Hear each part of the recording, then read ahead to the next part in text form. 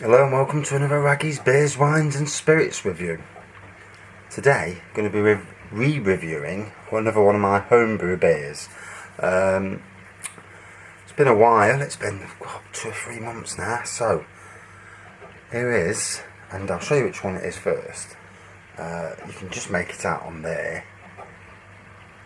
So, Brewferm Kriek is what it's called, and it's a cherry beer kit. Hello. Yeah, and I've just poured it out from this bottle, and here it is. Look at that, lovely reddish colour, lovely white head, and it's just gone down. I've just poured it and it was just starting to bubble over. Now on the product description over at brewstore.co.uk, there are 4 pounds of fresh cherries, not flavouring, in each Brewferm Kriek Beer kit. This Belgian fruit beer has a tart, slightly sour taste of cherry and delicious sweet cherry aroma. All the ingredients used to make this kit are premium quality and produce an exceptional beer. The kit needs additional brewing sugar and water. The kit makes 12 litres of cherry beer at 5.5% alcohol volume. So, £24 for the kit, 12 litres, so it makes 24 bottles. Yeah, we won't go pints, we'll go bottles. Sounds more. I actually ramped it up to 16 litres, but instead of using 500 grams of sugar, I used 2 kilos of sugar. So it strengthened up the alcohol content, but also I've got a bit more out of it, which when you're paying that much you want a bit more out of it. I've reviewed it at first, and yeah, it was immense from day one. It was a great flavour.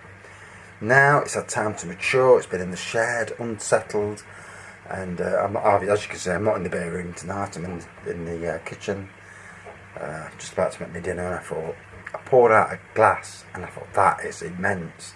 So I thought, oh, let's give it a share it.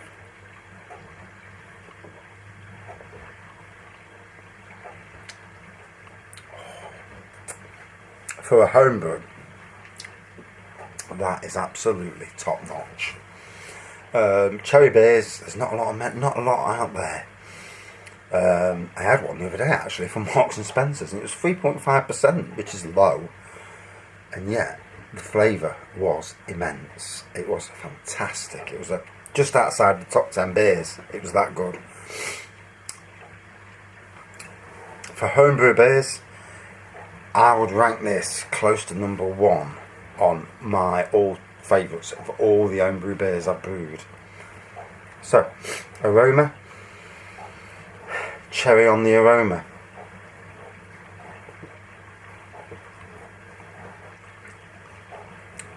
And what can you say?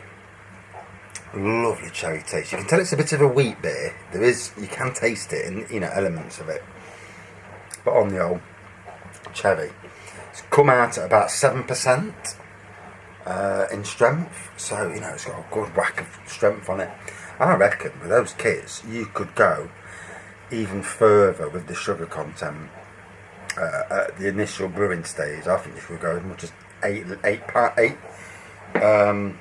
8 kilos of sugar, because it would bubble it off easy, and you'd have something very strong.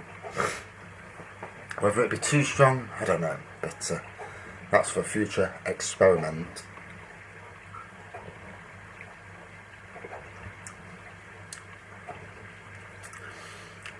What can I say?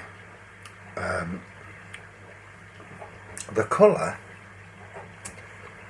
I don't know if it's just because it's been sat, you can't see through it.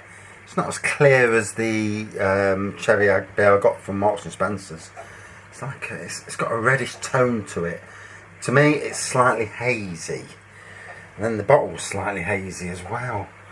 What it is, you can see underneath the bottle. I don't know if you can see it, but there you've got it's not sediment. It's where the sugar settles. After the sugar goes in, it settles, or it might be sediment. And as soon as you crank it open, my God, the bubbles coming up. It's like an explosion of bubbles. But it also tends to cloud the beer up a little bit as well. Slightly annoying, but you know, these things happen. But this, I'll say this, you don't need many of these to knock you out for the night. And on Sunday nights, worst night of the week, going back to work tomorrow, and I don't know about people in their jobs, but in the job I'm in at the moment, I enjoy elements of the work, but not the full work.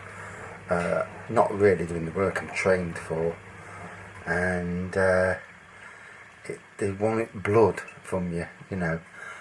And then you see some people who do very little and get away with it, and then they don't bother with them. So it's one of them things, you know. I mean, I like to work hard anyway, but I do not like the piss being took out of me, you know. And so anyway, back to this.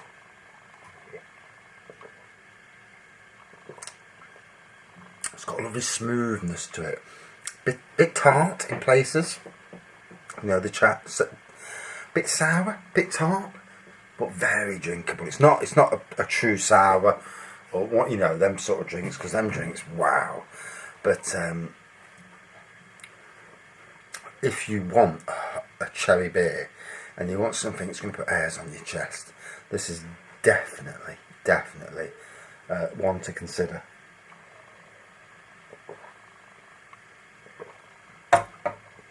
And if I'm right in thinking, it's the only true cherry beer kit on the market. So you might be struggling to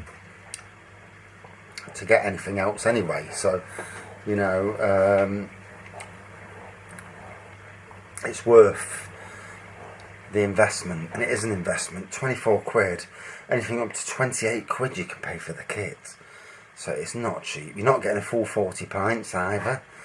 So, you know, you're basically looking at £1 a bottle if you brew it true to what you're told to brew it. So, you know, it's something to think about. But what you are getting is a quality cherry beer. And as we know, cherry beer in pubs can be really expensive. I mean, I went to one at Map of the Top, and this was a few years ago now, the Bread and Bitter. Quite a good pub actually, good real ale pub, lots of real ales on offer, and also a load of bottles as well. If you can't get it on cash, you can get it in the bottle, massive amount in bottles. And they had one, I think it was something like 7 or 8%, and I'm drinking it, and this is in the days where I wasn't as big a drinker as today. And I was drinking it, and I'm halfway down the glass, and it's knocking me out. You know, it's like, whoa. I mean, I'd already had a couple by then. And as I'm going down the glass, I'm getting steaming. And, you know, this is close to this. It's not quite that strong, but it's certainly close. I mean, that was about £6 for that pint. So, you know, cherry beer is expensive. The fruit beers tend to be more expensive. Fruity, strawberry beer, that's expensive. So they do tend to be more expensive, but taste wise, lovely.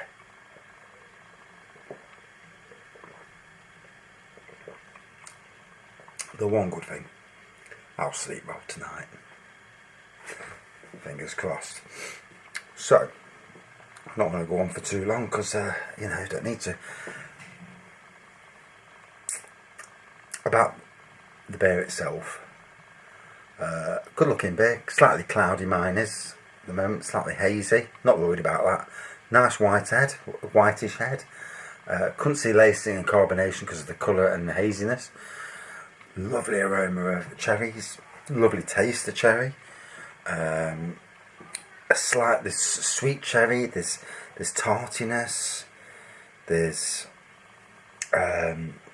sour elements, but all in all, a fantastic homebrew beer. Easy to brew, easy to ramp up the alcohol content should you wish. You know, if you don't want to stick to their instructions, and you know, really nice. So, and the longer you leave it to mature, the better. But be warned. I brewed it in a barrel, put loads of sugar in, and one day the wife phoned me at work, and the barrel, I had 2 barrels. At that time I was about brewing in the kitchen, not allowed to now, unless it's winter. And the barrel was expanding. This is a plastic barrel, and it was expanding. It was bigger than the other barrel at the side of it, which was worrying. And there was hissing coming from the barrel. And I said to her, God, for God's sake, get in that kitchen and undo the top.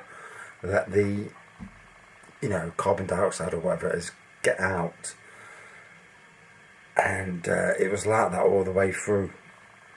That, because I didn't bottle that, I barreled it after fermentation. I barreled it, then added the extra sugar like you do for secondary fermentation, and that was as strong as you'll ever taste. It was ridiculously strong, much stronger than this. I don't know what I did, but it was like knockout juice. You know, this is good, 7% minimum, but that was it. Oof. So out of 5 for a homebrew beer, like I've already said. One of the best fruit beers you'll get on the market. I think it's the best one I've ever had anyway. I'm looking for a contender. Anybody who watches this, please, if you've got a homebrew beer, homebrew kit that's a good strawberry, plum, definitely looking for a good plum porter kit. I want. Please, you know, put it, comment in the. You know, in the comments section, and let me know, because you know, we're all fans of homebrew, and me definitely. Right, out of 5. I did say it was one of my highest. For the homebrew section of beers, 4.7 out of 5, immense. And we'll do a few more soon, as soon as I get my backlog out of the way, because I've got so many beers, it's ridiculous. I need some more nights with the mates round and do some drinking. Thanks for watching. See you soon.